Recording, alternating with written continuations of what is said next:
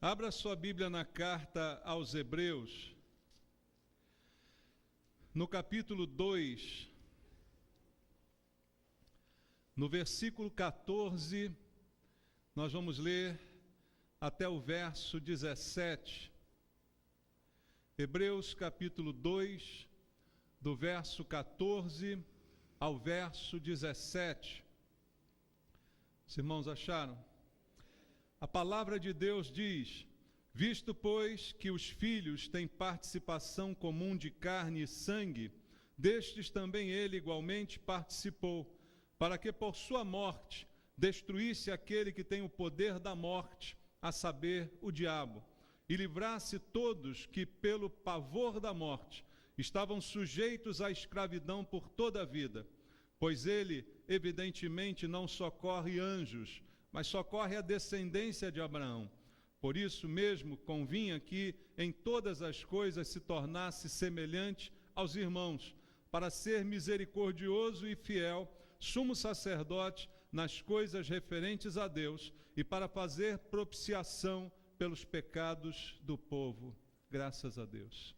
Obrigado a Deus pela palavra que o Senhor tem para o nosso coração essa noite mais uma vez. E aqui chegamos, ó Deus, com um grande desejo de ouvir a Tua palavra, não ouvir os homens com filosofias ou doutrinas humanas, mas a palavra do Senhor, palavra que tem poder para transformar, para trazer fé ao nosso coração. É essa que queremos e é essa que te pedimos, Pai.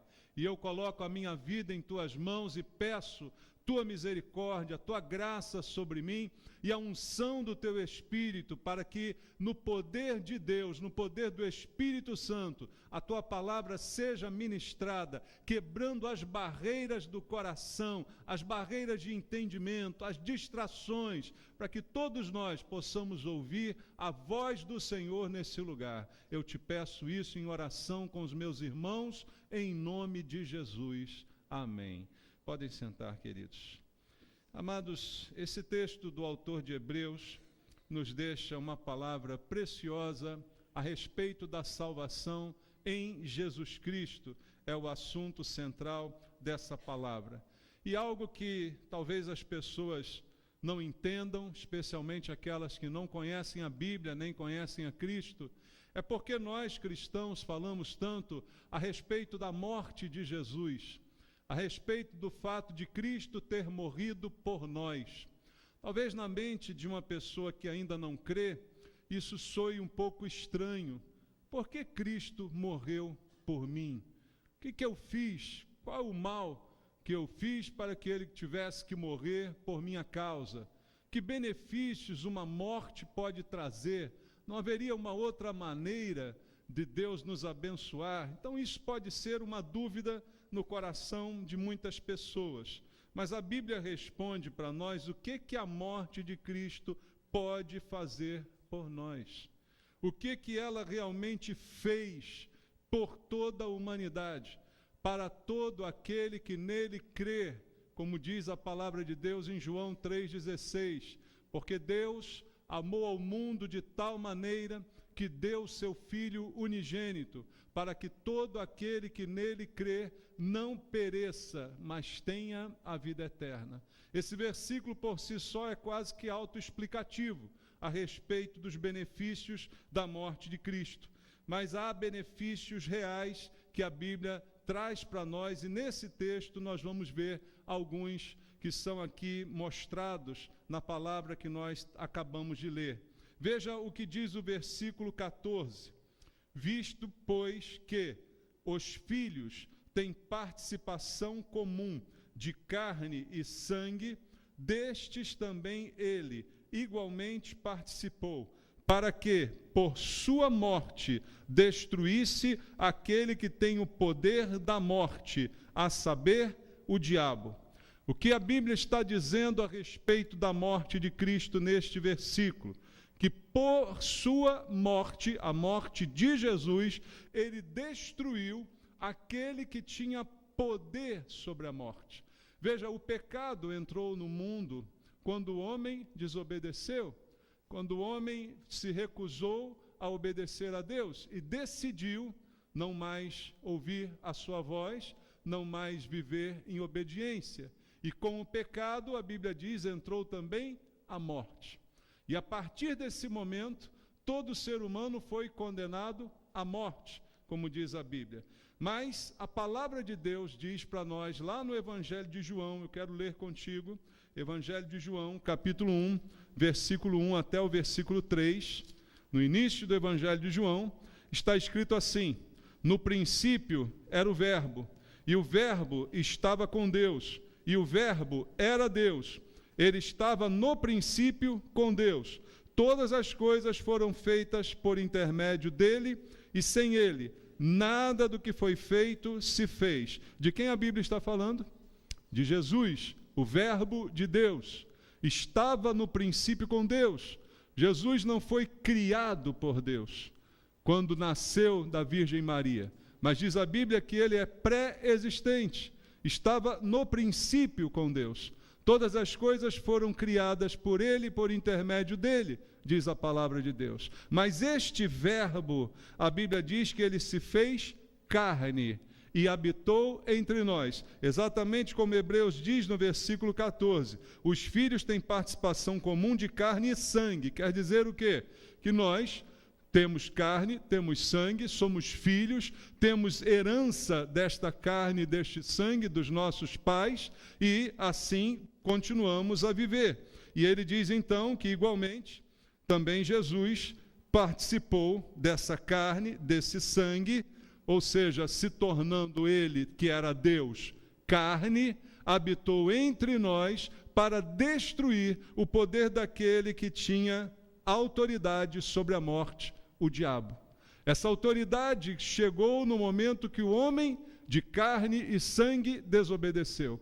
Então Deus se faz carne e sangue para, por meio dele, roubar esse poder da morte das mãos de Satanás e livrar o homem da sua morte. Ainda em João capítulo 1, no versículo 10, está escrito: o Verbo estava no mundo, o mundo foi feito por intermédio dele, mas o mundo não o conheceu. Veio para o que era seu, e os seus não o receberam. Mas a todos quantos o receberam, deu-lhes o poder de serem feitos filhos de Deus, a saber, aos que creem no seu nome, aos quais não nasceram do sangue, nem da vontade da carne, nem da vontade do homem, mas de Deus. O que a Bíblia está dizendo aqui é que o Verbo que se fez carne, aquele mesmo que fez o mundo e se tornou, o mundo aconteceu por intermédio dele, como diz o verso 10, ele veio para salvar, ele se transformou em carne, e a todos aqueles que o receberam, todos aqueles que reconheceram isso, se tornaram a partir dali filhos de Deus, porque creram no seu nome. Quer dizer que antes de crer em Cristo, não existe um filho de Deus. Deus só tem um. Deus só tem um unigênito, Jesus. Deu seu Filho unigênito, para que todo aquele que nele crê não pereça, tenha a vida eterna. O homem é a criatura de Deus, mas a partir do momento que o homem crê, ele recebe de Deus o poder de se tornar, ou seja, de se transformar em filho de Deus, a saber, os que creem no seu nome. Aquele que crê em Jesus se transforma em filho de Deus, como está aqui dito na palavra do Senhor. E continua o versículo dizendo, no versículo 13, que esses que creram não nasceram do sangue, nem da vontade da carne, nem da vontade do homem, mas de Deus. Porque Deus também é o autor e o consumador da fé, que ministra ao nosso coração até a capacidade de crer. A decisão de crer, ela, embora pareça ser minha, de fato ela já foi incutida no meu coração pelo Espírito de Deus. Ninguém se converte pela vontade da própria pessoa. A vontade do homem não é se converter. A vontade do homem é continuar morto nos seus delitos e pecados. A vontade do pecador é continuar cada vez mais no pecado. Mas ao ser tocado pelo Espírito de Deus, partindo então da vontade de Deus, esse homem que reconhece Jesus se torna um filho de Deus. Veja também o que diz a Bíblia em Gênesis capítulo 2. No início de todas as coisas, para que a gente possa entender o contexto dessas passagens. Em Gênesis, capítulo número 2, versículo 17, está escrito: mas da árvore do conhecimento do bem e do mal não comerás, porque no dia em que dela comeres, o que diz Deus? Certamente morrerás. Deus disse isso às suas criaturas que Ele criou. Falou, se você comer, você morrerá. Agora em Gênesis capítulo 3, versículo 19, está escrito: no suor do rosto comerás o teu pão, até que tornes a terra, pois dela foste formado, porque tu és pó, e ao pó tornarás. A sentença de Deus sobre o pecado, que o homem foi induzido por Satanás a praticar, é que ele agora iria morrer. Porque comeu do que não poderia comer, porque provou do que não poderia provar. Então, a sentença é morte. Diz a Bíblia que o salário do pecado é a morte. Essa é a sentença decorrente do pecado.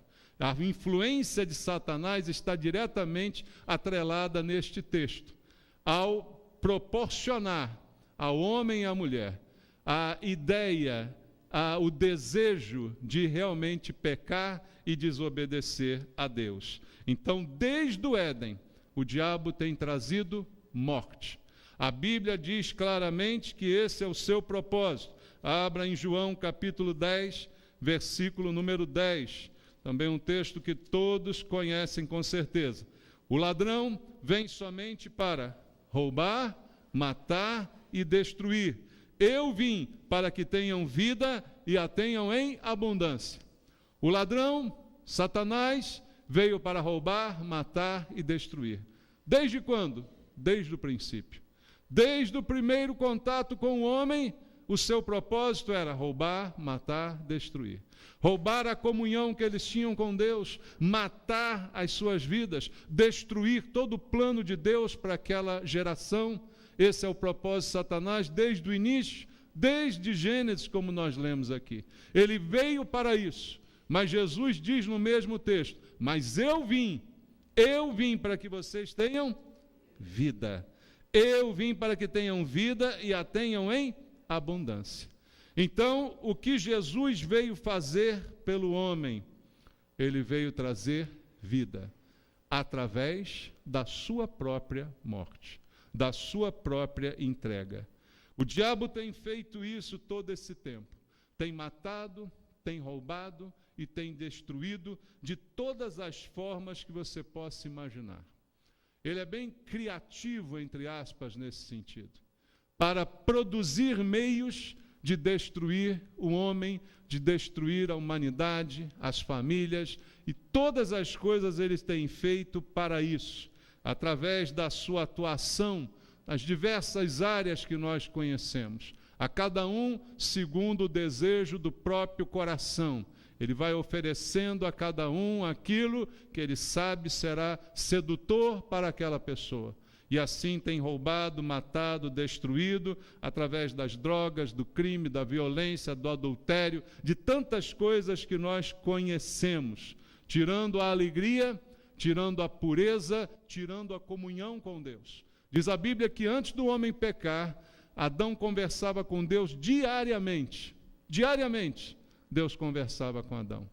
Depois do pecado, quando Deus veio para conversar com ele, a tentativa inútil de Adão foi tentar se esconder de Deus. Quebrou-se a comunhão. O diabo vem para roubar, matar e destruir. E enquanto não mata, ele tira a alegria, ele tira a paz, ele traz o tormento, ele tira a comunhão, ele desassossega o coração do homem. E assim vivem as pessoas sem Deus, desassossegadas no seu próprio procedimento, tendo momentos, tendo picos de alegrias que na verdade não são reais, e depois tendo manhãs e mais manhãs de ressaca, mas vendo que tudo o que fizeram não lhes trouxe paz, não lhes trouxe alegria para a vida. Então, queridos, Jesus veio para que você tenha vida e não morte. Veio para tirar de você o poder da morte, que estava sob as mãos de Satanás. Veio ele para tirar esse poder, para que você tenha vida. O poder da morte precisa sair. E foi o que Jesus disse que viria fazer. Então, a boa nova, que é o Evangelho, a boa notícia, a grande novidade, é que Jesus veio morrer na cruz, em nosso lugar. Se faz Deus de carne, habita em carne e sangue, e em carne e sangue morre na cruz, satisfazendo o juízo de Deus, que diz que o salário do pecado é a morte. Ele leva sobre si o salário de todos os pecadores, e ele morre no lugar de todo aquele que crê nele para a salvação, atribuindo a ele a culpa que estava sobre mim, direcionando a ele os pecados que pesavam contra mim. Ele morre na cruz para salvar o homem pecador. Então, ao fazer isso, ele destituiu de Satanás o poder da morte, o poder que ele tinha sobre o ser humano, bastando para isso que o ser humano reconheça em Cristo que ali está o poder de Deus, ali está a salvação e a única chance que o homem possui.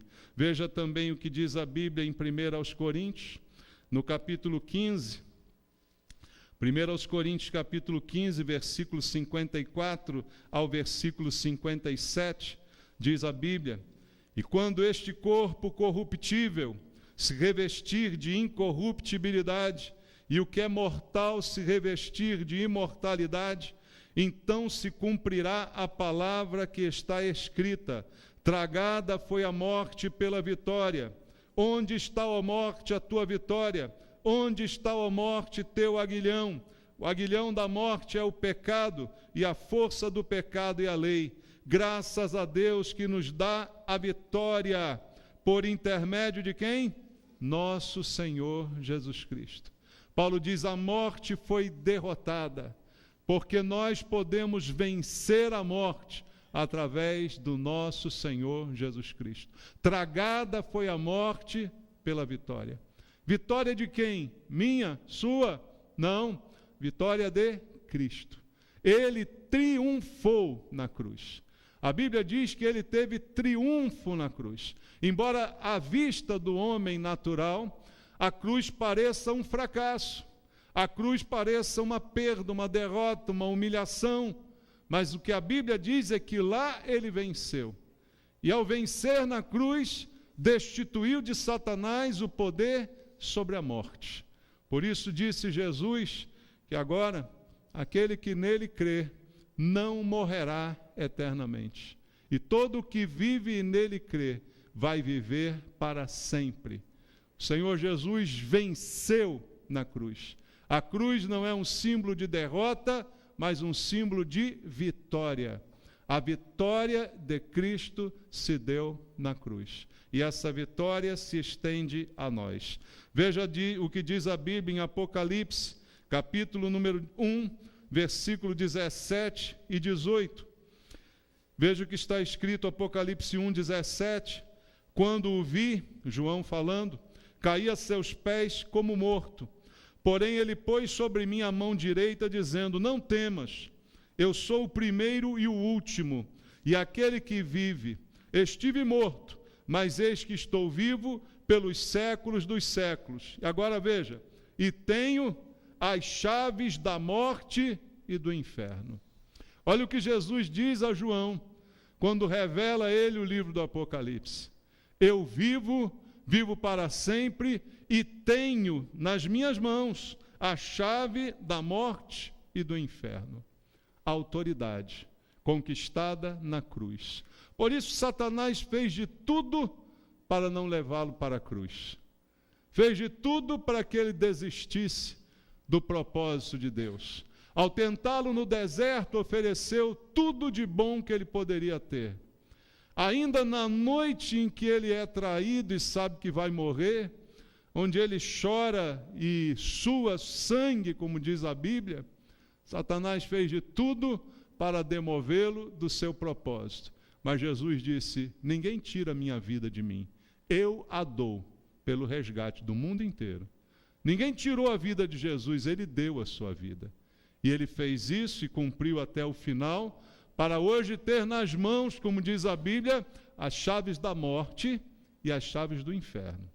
Irmão, quem pensa que o inferno pertence a Satanás está redondamente enganado. Há uma ficção, né? Há uma história medieval de que o diabo ele reina no inferno.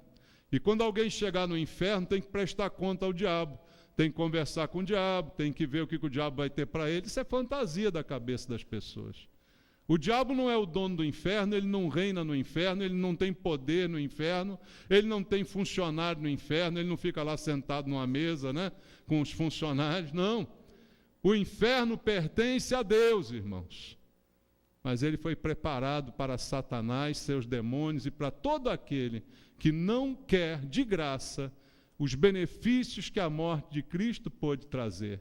Então, Satanás não tortura no inferno, lá ele é torturado por toda a eternidade, como diz a Bíblia, está escrito no livro do Apocalipse. É um lugar de tormento e de tortura, onde o verme não morre, não é? Onde o fogo não se apaga, e Satanás ele sofre com todos os outros as mesmas consequências, porque as chaves do inferno não estão nas mãos de Satanás, estão nas mãos de Jesus. As chaves da morte estão nas mãos de Jesus, como diz a Bíblia. Então começamos a entender os benefícios que a morte de Jesus pode trazer para nós. Voltando a Hebreus capítulo 12, vamos ler agora o versículo 15. No versículo 15 está escrito: e livrasse todos que pelo pavor da morte estavam sujeitos à escravidão por toda a vida. Veja, é a continuação do versículo 14. No 14 diz que por sua morte ele destruiu aquele que tem o poder da morte, o diabo. E ao fazer isso, ele livra a todos que pelo pavor da morte estavam sujeitos à escravidão por toda a vida. O homem, ele tem pavor da morte, porque ele sabe que a morte lhe espera. A humanidade sabe que a morte está esperando, todos nós. E isso traz medo, isso traz pavor, porque por mais rico, por mais que você conquiste, por mais que você tenha, tudo vai ficar aqui, e você não vai ficar. Então a morte traz pavor. Mas a Bíblia diz que Jesus, ele toma do diabo as chaves do inferno e da morte, e ele livra, como diz o versículo 15, todos aqueles que hoje vivem atormentados pelo medo da morte. Esse tormento que o medo da morte provoca, para aquele que acredita em Jesus e se submete a Ele, e reconhece o seu sacrifício, esse medo já não faz mais parte da vida. Porque diz o versículo 15, que ele livra quem está sujeito à escravidão por toda a vida. O medo da morte, ele escraviza a pessoa por toda a vida. Muitas coisas acontecem no mundo por causa do medo da morte. Guerras acontecem por causa do medo da morte. E as pessoas ficam escravizadas por toda a vida. Veja, Jesus, a Bíblia diz, veio nos libertar. E essa libertação inclui a libertação desse medo, desse pavor da morte. É claro que nas situações de dificuldade vem o medo, vem o receio, mas a certeza e a fé vão trazer paz ao coração daquele que verdadeiramente crê. Porque não vai nos escravizar o medo da morte. Então, a morte de Cristo nos livra do pavor e da escravidão decorrente desse medo que todo ser humano sente da morte. Muita gente vive debaixo desse medo e se torna escravo desse medo, porque o medo é um sentimento que escraviza as pessoas. O medo é um sentimento que aprisiona as pessoas. E viver com medo é muito ruim, irmãos. Qualquer tipo de medo. O medo é algo que aprisiona a alma do ser humano, atormenta. O medo, a Bíblia diz, produz tormento. E não só o medo da morte, mas todos os medos decorrentes. Veja, há pessoas que hoje vivem com medo da morte financeira. Eu tenho medo de ficar pobre. Eu tenho medo de perder, eu tenho medo de não ter mais isso, não ter mais aquilo. Eu tenho medo da morte intelectual, eu tenho medo de ter Alzheimer, esquecer tudo que eu sei. Não vive gente muitas vezes assim, com medo de tudo, com medo de perder, com medo, como se a gente tivesse alguma coisa. A gente não tem nada, entende isso? A gente veio do pó, e ao pó nós vamos voltar. Só que, para aquele que crê em Cristo, ainda que esteja morto, viverá, é o que diz a Bíblia. Aquele que crê em Cristo, ainda que esteja morto, viverá. Ao pó vamos voltar, mas vamos viver novamente, e para sempre com o Senhor. Então, todo aprisionamento desse medo, ele não vai mais fazer parte da nossa vida. Não vamos viver escravizados pelo medo, escravizados com a insegurança. Irmãos, quem tem medo não podia morar no Rio de Janeiro, não é verdade? Né? Você tem medo de sair na rua? Você tem medo daquilo? Não tenha medo, não. Viva. Amém? A sua vida pertence a Deus. Não é necessário arriscá-la inutilmente. Quando Satanás foi tentar Jesus, ele disse: se atira daqui e os anjos vão te guardar. Isso ele disse: não vou tentar ao Senhor meu Deus. Não é viver tentando a Deus, mas é viver sem medo. É viver enfrentando a realidade da vida, desfrutando daquilo que Deus tem nos dado, sem ter medo, sem viver aprisionado por esse sentimento que nada vai produzir de bom. É um medo que começa com um cuidado e daqui a pouco começa a se tornar uma doença. Começa a se transformar num pavor, começa a se transformar em algo que impede você de sair de casa, impede você de viver, impede você de trabalhar, impede de se divertir. Não vou fazer isso, não vou fazer aquilo, porque eu tenho medo. E nada disso vai funcionar, porque a morte virá. Mas a certeza que temos é que quando ela vier, nós vamos viver para sempre com Ele. Essa é a certeza que nos dá a morte de Jesus. Veja o que diz a Bíblia em Romanos, no capítulo 5, no versículo número 8. Mas Deus prova o seu próprio amor para conosco pelo fato de ter Cristo morrido por nós, sendo nós ainda pecadores. A morte de Cristo é uma prova do seu amor por nós. Deus prova o seu amor. Diz a Bíblia: Deus amou o mundo de tal maneira, deu seu Filho. É a prova de que amou mesmo. Não amou só de palavras, mas de ação, de atitude. Entregou, morreu por nós e ainda éramos pecadores. Ninguém é bom, ninguém é bonzinho. Todos nós carecemos da glória, da misericórdia de Deus. Todos carecem. E assim Deus fez por nós, provando o seu amor. E agora eu te digo, se Deus te ama, você crê nisso? Se Deus te ama a ponto de ter dado Jesus, Deus vivo, encarnado, para morrer e sofrer por você, sem você ter o mínimo de merecimento, há motivo para hoje você ter medo de alguma coisa? Há motivo para hoje você viver novamente atemorizado, atormentado? O medo produz tormento, diz a Bíblia, irmãos. O amor de Deus é provado pela sua morte em nosso favor. Agora veja o que a Bíblia diz lá em 1ª Epístola de João, capítulo 4, versículo 18. 1ª de João, capítulo 4, verso 18. Presta atenção nisso. No amor não existe medo. Prestou atenção?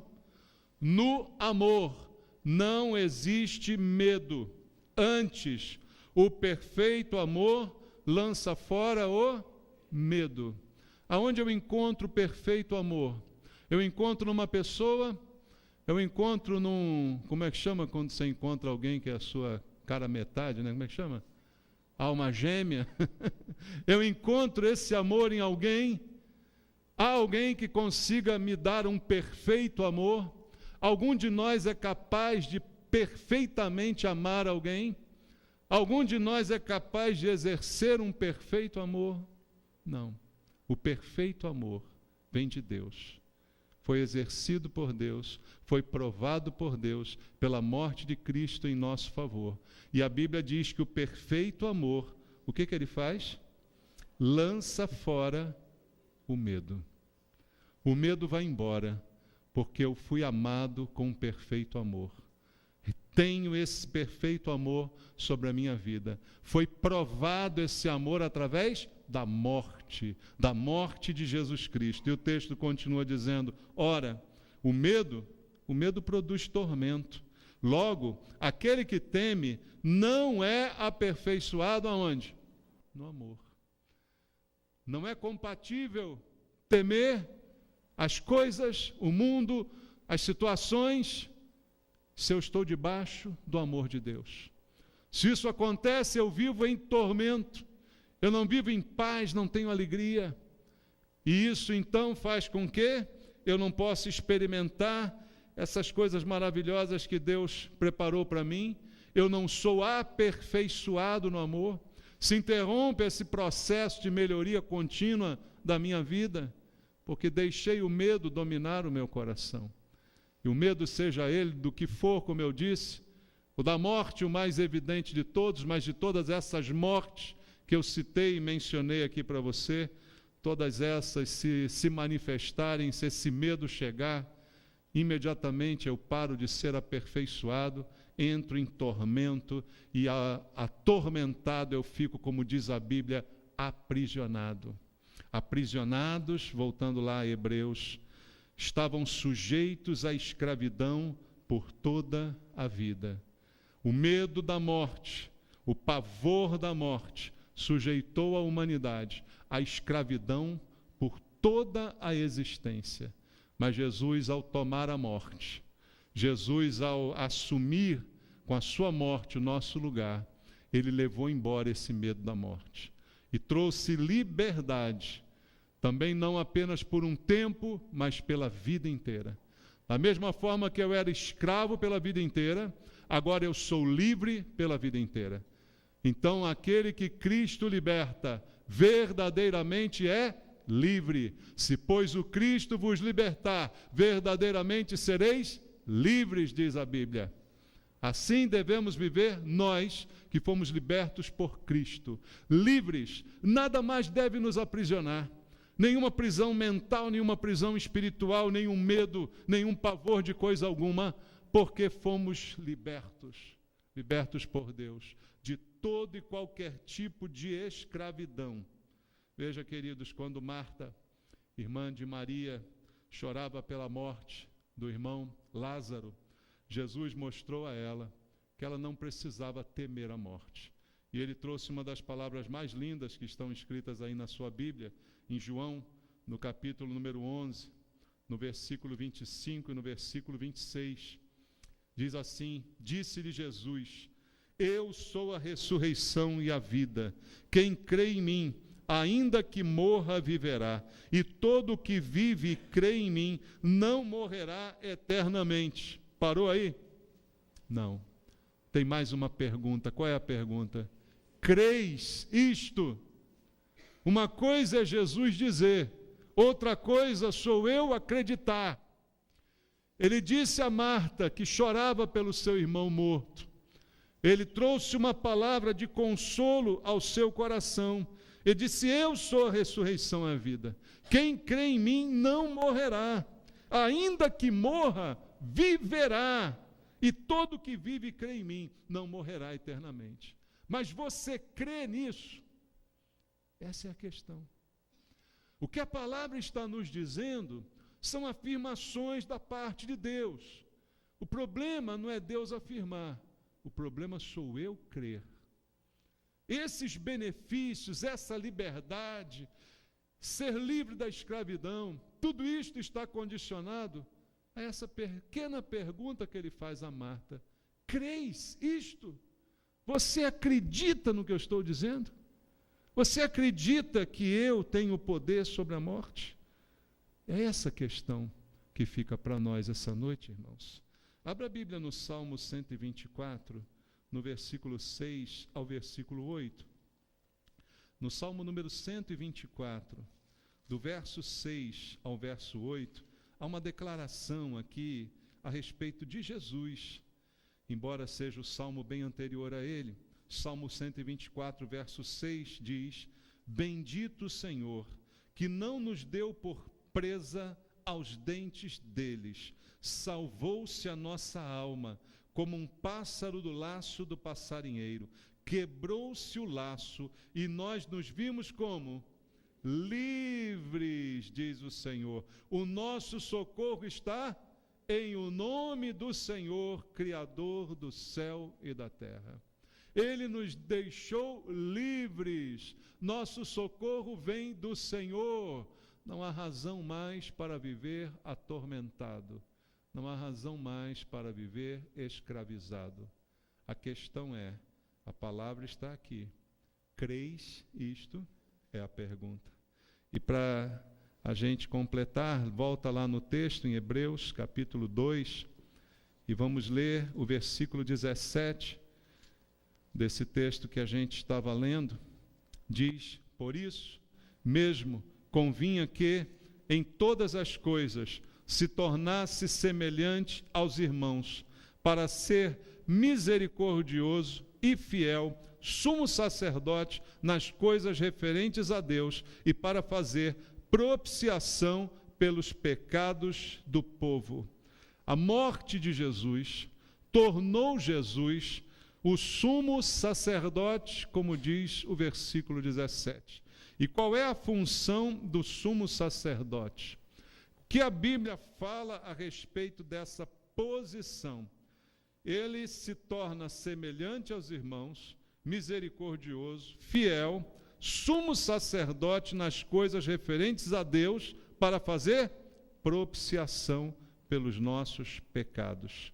O nosso sacerdote nos conduz a Deus.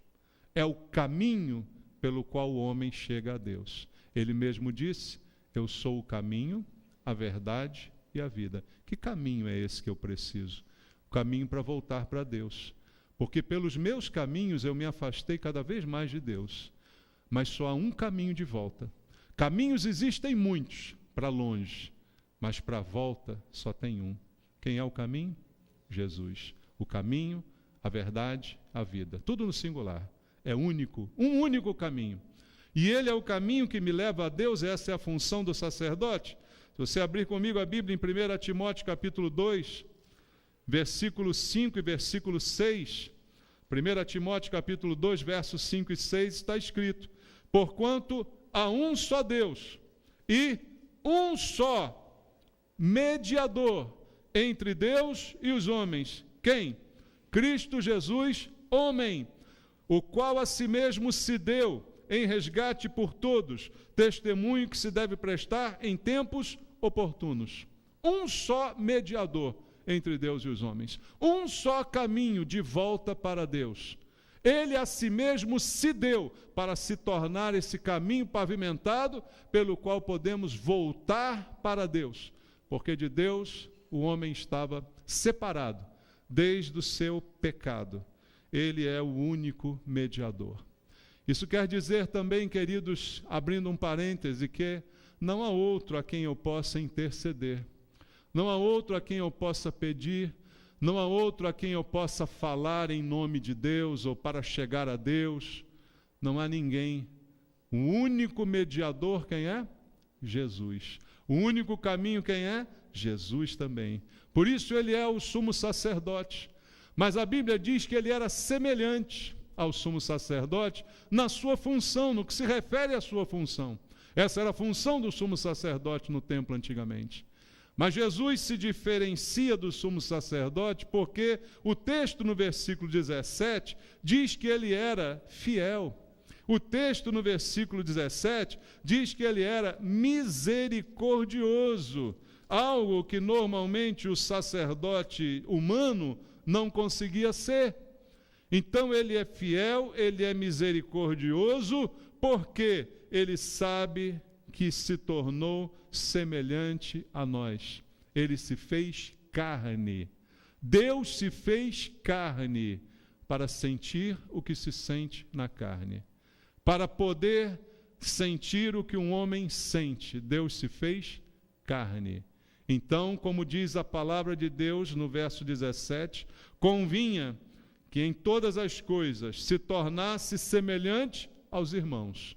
Andou conosco, comeu conosco, teve carne, teve sangue, teve osso, se tornou semelhante a nós, e aí se torna misericordioso e fiel sumo sacerdote. Ainda em Hebreus, no capítulo 7, no versículo 25, está escrito assim: por isso também pode salvar totalmente os que por ele se chegam a Deus, vivendo sempre para interceder por eles.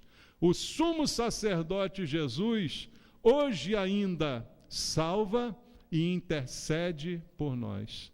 Salva e intercede, esse é o seu trabalho, e é isso que ele está fazendo ainda hoje. Se ofereceu uma única vez, morreu uma única vez em nosso lugar, para que todo aquele que nele crer não pereça, mas tenha vida eterna.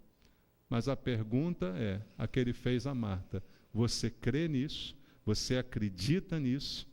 Voltando ao texto, lendo aqui o último versículo, o versículo 18 de Hebreus capítulo 2, diz: pois naquilo que ele mesmo sofreu, tendo sido tentado, é poderoso para socorrer os que são tentados. Outro benefício que a morte de Jesus trouxe para nós: não apenas nos salvou, mas nos socorre nas tentações do nosso dia a dia. Porque ele também, diz a Bíblia, em tudo foi tentado, porém sem pecado. Então ele é poderoso para socorrer os que são tentados. Existe alguém aqui que não é tentado? Você é tentado? Há alguém que pode socorrer você. A especialidade dele é socorrer você. Como diz o texto, eu vou ler de novo: naquilo que ele mesmo sofreu, tendo sido tentado, é poderoso para socorrer os que são tentados. Hebreus capítulo 4, um pouquinho adiante, versículo 14 ao 16. Tendo, pois, a Jesus, o Filho de Deus, como grande sumo sacerdote, que penetrou os céus, conservemos firmes a nossa confissão, porque não temos sumo sacerdote que não possa compadecer-se das nossas fraquezas. Antes, foi ele tentado em todas as coisas, a nossa semelhança, mas sem pecado. Acheguemo-nos, portanto, confiadamente junto ao trono da graça, a fim de recebermos misericórdia e acharmos graça para socorro em ocasião oportuna. Ele está aqui para socorrer aqueles que são tentados. Ser tentado não é pecado. Pecado é cair na tentação, é ceder à tentação. Jesus em tudo foi tentado, mas não cedeu. E hoje, ele também, por sua morte, por tudo aquilo que sofreu, por tudo aquilo que passou, está aqui para nos socorrer nas nossas tentações, é o que diz a Bíblia. Os benefícios, irmãos, resumidamente, foram falados para você agora. Haveria muito mais coisas que a gente poderia dizer, como benefícios da morte de Jesus. Há muita abrangência no que Deus fez através dessa morte. A salvação, o livramento do medo, não é? O sumo sacerdote, a intercessão, o socorro ao que é tentado e tantas outras coisas recebemos de Jesus. Mas para que tudo isso se cumpra, é aquela pergunta que foi feita a Marta: você crê nisso? No capítulo 4, no versículo 14 aqui de Hebreus, que nós lemos, tem aqui uma pergunta. Também nesse versículo está uma pergunta. Tendo, pois, a Jesus, o Filho de Deus, como grande sumo sacerdote que penetrou os céus, olha o que diz: conservemos firmes a nossa confissão. Você confessa que Jesus é o teu Senhor e o teu Salvador? Isso é confissão. Confissão é falar a fé. É sair da boca aquilo que eu creio no meu coração. É que saia da minha boca aquilo que eu já acredito no meu coração. Você crê nisso? Ele perguntou a Marta. A promessa é essa, mas você acredita? Se você acredita, você tem que confessar.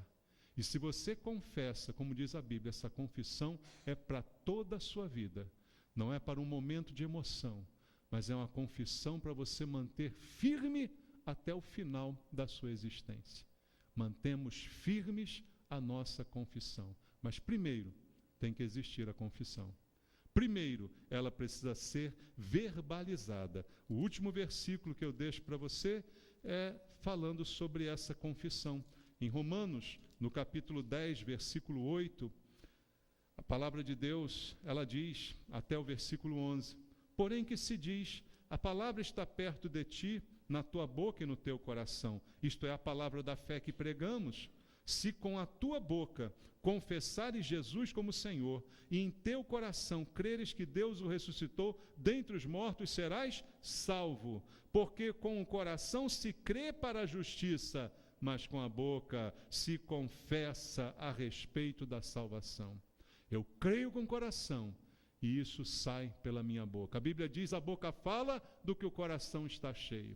Se ele está cheio de fé, essa fé precisa ser confessada, precisa ser declarada. Eu creio. Marta, você crê nisto? Eu creio, Senhor. Eu creio. Isso que eu creio, descansa o meu coração. Tira todo o medo da morte, tira todo o pavor, me ajuda em todas as áreas, me dá liberdade, não me deixa mais ser escravo. Você crê nisso? Curve a cabeça, vamos orar. Jesus está essa noite aqui no nosso meio, eu creio nisso. Da mesma forma que ele falou a Marta essa promessa, ainda que esteja morto, viverá. Você crê nisso, Marta? Deus está perguntando a você agora. Você que ainda não confessou Jesus publicamente, você que ainda não se comprometeu com Ele publicamente, Deus está perguntando a você, você crê nisso? A resposta só pode ser dada por você. Há alguém essa noite que quer confessar Jesus como Senhor e Salvador? Levante a mão para mim, me dê um aceno para eu fazer uma oração junto com você.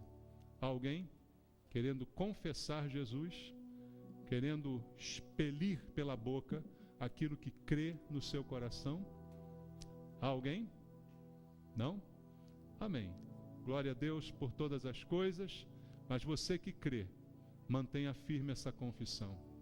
Entenda os benefícios que Deus conquistou para você. Entenda que Ele te ajuda, entenda que Ele te socorre até na tribulação, até na provação, até na tentação. Ele é o nosso socorro.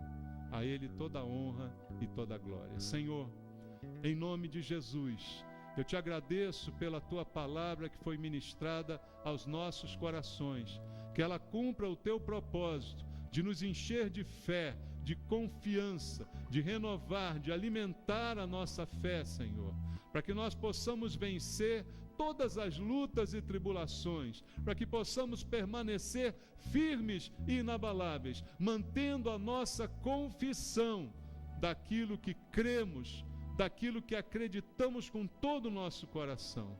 Que tenhamos paz. Se há alguém aqui com medo, meu Deus, medo de seja lá do que for, medo da morte, medo dos problemas, medo da violência, medo de qualquer coisa, Pai, tira esse medo, tira, Senhor. Coloque esse amor no coração dessa pessoa, que ela entenda a respeito do teu perfeito amor, para que ela não viva atemorizada, para que ela não pare de ser aperfeiçoada, que esse medo vá embora, Pai. Eu te peço, ó Deus, em nome de Jesus, Amém. Graças a Deus. Louve ao Senhor nosso Deus. Dê glórias a Deus.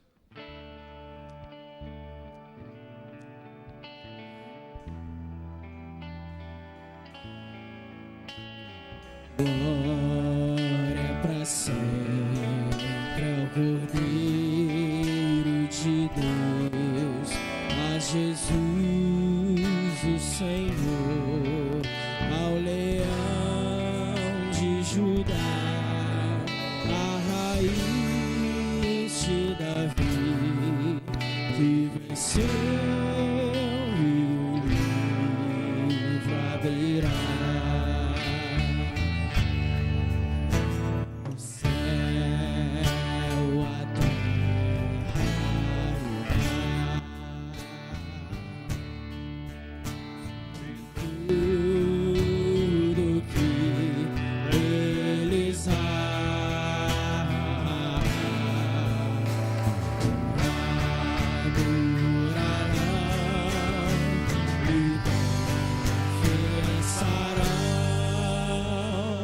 Que Jesus Cristo é o Senhor, Ele é o Senhor, Ele é o Senhor, ressurreto dentre os mortos, Ele é o Senhor, todo joelho se dobrará, toda língua confessará que Jesus Cristo é o Senhor. Glória para sempre ao Cordeiro de Deus, a Jesus o Senhor, ao Leão de Judá, a raiz de Davi, que venceu e o livro abrirá. O céu, a terra e o mar, e tudo que neles há,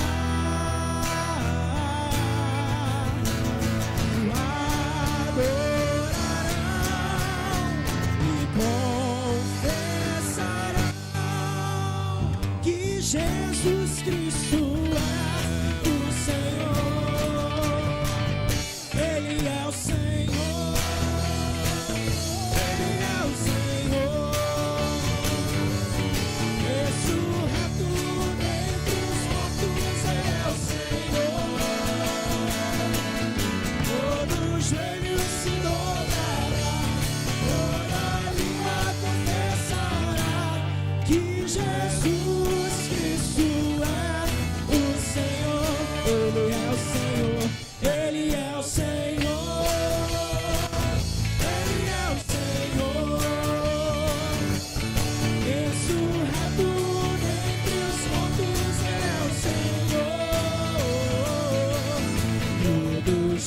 se dobrará, toda língua confessará que Jesus Cristo é o Senhor. Glória a Deus, glória a Jesus, nosso Senhor. Glória ao nome do Senhor. Que você tenha uma semana abençoada.